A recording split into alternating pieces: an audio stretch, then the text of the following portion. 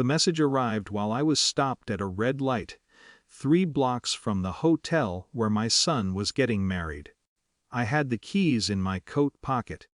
They were heavier than they should have been. 3 polished pieces of metal attached to a leather tag with the building's name stamped in gold. The penthouse had cost $2 million. I'd bought it quietly, months earlier, planning to hand it to him after the ceremony. A start to his new life, a father's last big gesture. The phone buzzed again in the cup holder. Unknown number. I glanced down. Don't go to the wedding. Run.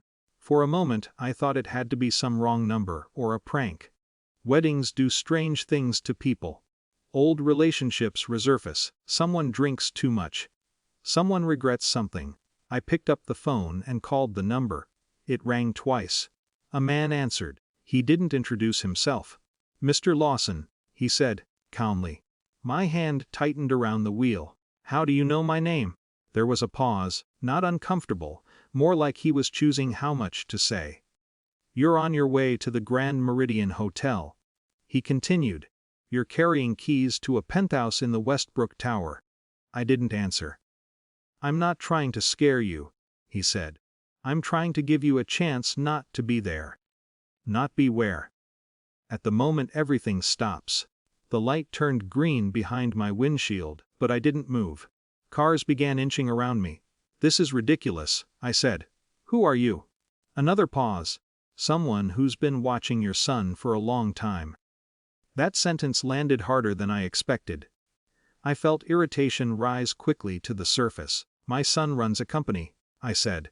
"People watch him all the time." "Yes," the man replied quietly. "That's exactly the problem." I ended the call, not out of fear. Out of annoyance. My son Daniel had built his business faster than I ever imagined. Tech investment, market analytics, words I barely understood but heard proudly repeated by people who wore expensive watches. Was he aggressive? Sure. Ambitious? Absolutely. But nothing about that phone call made sense. I pulled into the Hotel Valet Lane 10 minutes later. The Grand Meridian had polished marble floors and quiet lighting that made everything feel expensive even before you touched it. Wedding guests were already gathering near the ballroom doors.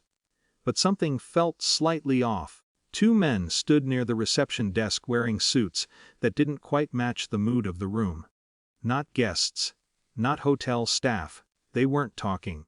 Just watching. I checked my phone again. No new messages. The ceremony started 15 minutes later. Daniel stood at the front of the ballroom beside the officiant, straight, backed, calm, wearing the same confident expression he'd carried through every business success of the last decade. Looking at him, I felt the earlier call shrinking into something foolish. My son had always been impressive under pressure. Even as a kid. The music softened, the bride walked down the aisle, people smiled. Someone wiped their eyes. Then the ballroom doors opened again. Not dramatically, just enough for several people to step inside. They moved with the kind of calm certainty that doesn't belong at weddings. Suits. Badges. Quiet voices. The officiant stopped speaking. Daniel saw them before anyone else did. For the first time since the ceremony began, his posture shifted. Only slightly. But I noticed. The room filled with a strange, spreading silence as the officials approached the front. One of them spoke to him quietly. I couldn't hear the words, but I saw Daniel's face change. Not shock, recognition. He glanced toward the audience. For a second, our eyes met across the room. And in that moment he didn't look powerful or successful. He looked tired.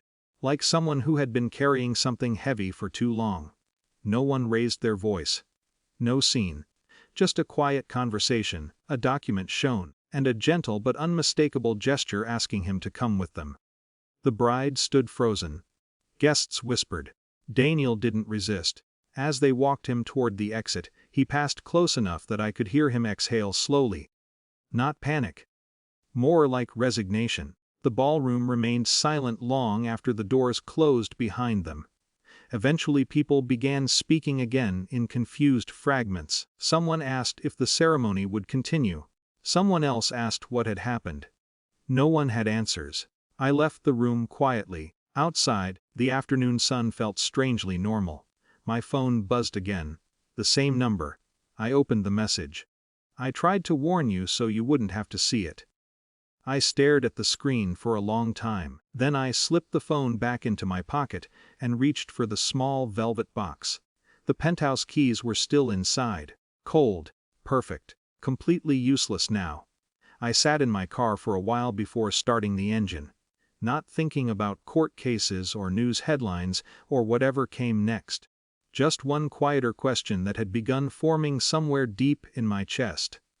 At what point does a parent stop truly knowing their child? And more unsettling than that, had Daniel changed over the years? Or had I simply stopped looking closely enough to notice?